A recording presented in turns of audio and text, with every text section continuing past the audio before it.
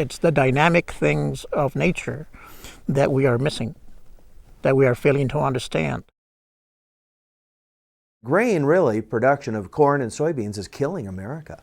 It's eroding 75% of our topsoil is gone. Jared Diamond says every culture that collapses because they kill their topsoil. And it's all down in the Gulf of Mexico. If you take overgrazing, which is very critical to understand, the belief of range science, the belief of the world is that overgrazing is due to too many animals.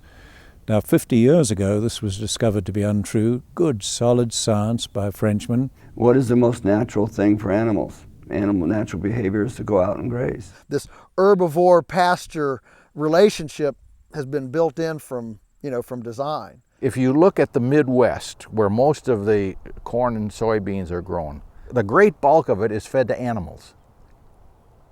If they were out on pasture, we would need far less grain. Perennial grasses had this amazing ability that when they were eaten down by an herbivore or they were burned off by a fire, that there would be a corresponding contraction of the roots in the soil profile. So they were always oscillating, contracting and expanding, which meant they were building soil, which is carbon sequestration. Just 1 or 2% more organic matter in the soil would sequester all the nasty carbon that we put up there. Let's put it back in the earth where it belongs. What does that better than grass? Nothing.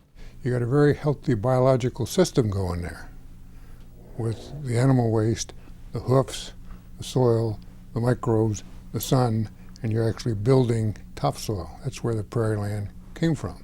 In America, we have all these cattle that are out on grass, they're having a good old time, and then the last 180 days of their life, they're put into the feedlot. The feedlot is confinement, and they're not on grass anymore. They're standing on concrete, usually, or mud, and all the excrement gets mixed in there, and a lot of times you'll see them knee-deep in excrement. So now we have E. coli, O157. We have toxic germs. You have to cook your hamburger to death. If they don't slaughter them on schedule, in another week or so, half of them will fall dead on them.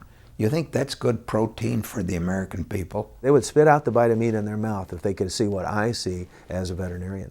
It's nauseating and it's cruel and unnecessary. A major thing that happened in the UK is that mad cow disease happened in 1995-96, and we all got angry. Even those of us that weren't involved with the food chain, we had thought that regulations had protected our families, and all of a sudden we were aware that maybe not. Maybe there's an enormous mushrooming health problem that's going to hit our children as they get older, and there's nothing we can do about it. The government cannot be relied on to protect us from bad food.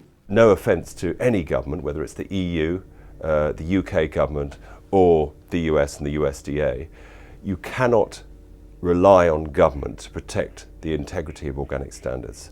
They will inevitably be diluted by political and commercial forces. It's that revolving door. A lot of the food giants are in the government regulatory industries that are supposed to protect us. Governments have a role, but actually we have to take the future into our own hands and make it happen and take that responsibility on ourselves. The real issue is to get the consumers educated and be demanding, and they drive this ship. They drive this ship all the way. What people don't realize is that you vote with your fork. When you buy food, you're voting for that type of food production. They stop buying those tomatoes. Can't sell them, so they won't produce them. We have so much power as consumers. If we get angry and we say, I don't want that, I do want that, it shifts. It shifts faster than the government can shift, faster than the regulators, faster than the health authorities. We have now something to say about the whole of the future of agriculture, not just organic food and farming. Organic isn't the end of the road. He said, well, then why would I buy organic? I said, you're buying organic because you're supporting a method of farming that'll get better as it gets older. It's about deeper values which connect the way we farm the soil to our health and the health of the planet. It really comes down to, food is sacred. I think all peoples understood that to a large extent in history, but we've really kind of forgotten that. Now, how quick can we turn around our practices and preserve the soil and the soil biota that we have left so we have a sustainable system for the long term? What have we handed our children? How much of a miserable failure of a society have we been? And how fast do we have to change if we want to stay here? The planet will last longer than us. That's not a problem.